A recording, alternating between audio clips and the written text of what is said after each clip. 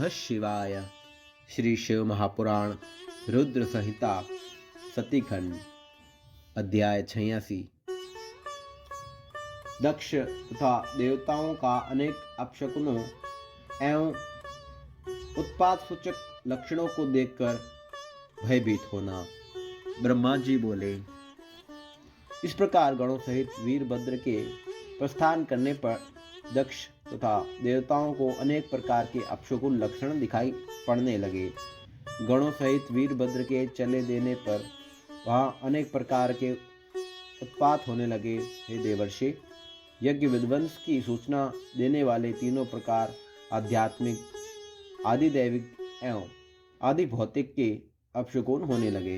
हे तात, दक्ष की बाईं आंख, बाईं भुजा और बाईं जांघ फड़कने लगी, जो अनेक प्रकार के कष्ट देने वाली तथा सर्वथा अशुभ की सूचक थी। उस समय दक्ष के यज्ञ स्थल में भूकंप उत्पन्न हो गया। दक्ष को दोपहर में अनेक अद्भुत नक्षत्र दिखने लगे। दिशाएं मलिन हो गई, सूर्य चितकबरा हो गया। सूर्य पर हजारों घेरे पड़ने लगे, जिससे वह भयंकर दिखाई पड़ने लगा।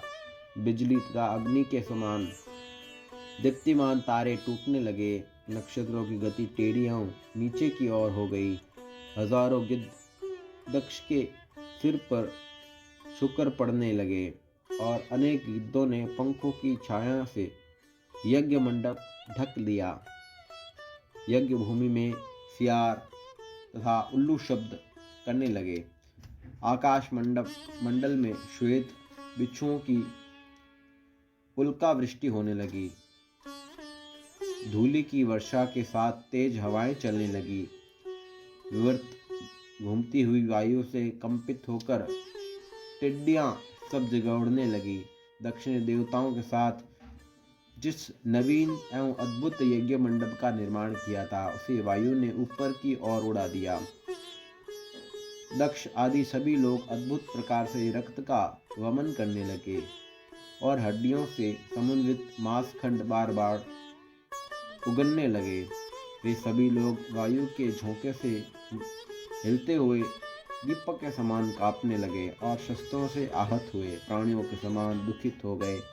जिस प्रकार वन में प्रातः काल के समान कमल पुष्पों के तुषार ओस की वर्षा हुई, उसी प्रकार शब्द करते हुए वाष्प की वर्षा होने लगी। जिस प्रकार रात्रि में कमल तथा दिन में कुमुद बंद हो जाते हैं, उसी प्रकार दक्ष आदि की विशाल आंखें भी अचानक बंद हो गई। आकाश में रक्त की वर्षा होने लगी। दिशाएं अंधकार से ढक गई और सभी प्राणियों के संयंत्र करता हुआ दिग्दहा होने लगा। हे मुने, जब विष्णु आदि देवताओं ने इस प्रकार के उत्पात देखे, तब वे अत्यंत भयभीत हो उठे। हाय, अब हम लोग मारे गए। इस प्रकार कहते हुए वे मूर्छित होकर पृथ्वी पर इस प्रकार गिर पड़े, जैसे नदी के वेग से किनारे पर वृक्ष गिर जाते हैं। वे पृथ्वी पर इस प्रकार गिरकर अचेत हो गए कि जैसे काटने के बाद विशाला सर्प अचेत हो जाता है, और सभी गेंद के समान पृथ्वी पर गिरकर पुनः उठ जाते थे। तदंतर वे ताप से व्याकुल होकर कुर्री पक्षी की भांति विलाप करते थे। उक्ति तथा प्रत्युक्ति का शब्द करते हुए रो रहे थे। उस समय विष्णु सहित सभी लोगों की शक्ति कुंठित हो गई और वे सभी आपस में एक दूसरे के समीप कंठ पर्यंत कछुए के समान लौटने लगे। इसी बीच वहाँ समस्त देवताओं और विशेषकर दक्ष को सुनाते हुए आकाशवाणी हुई। आकाशवाणी बोली, हे दक्ष, तुम्हारे जन्म को धिक्कार है। तुम महामूढ़ तथा पापात्मा हो।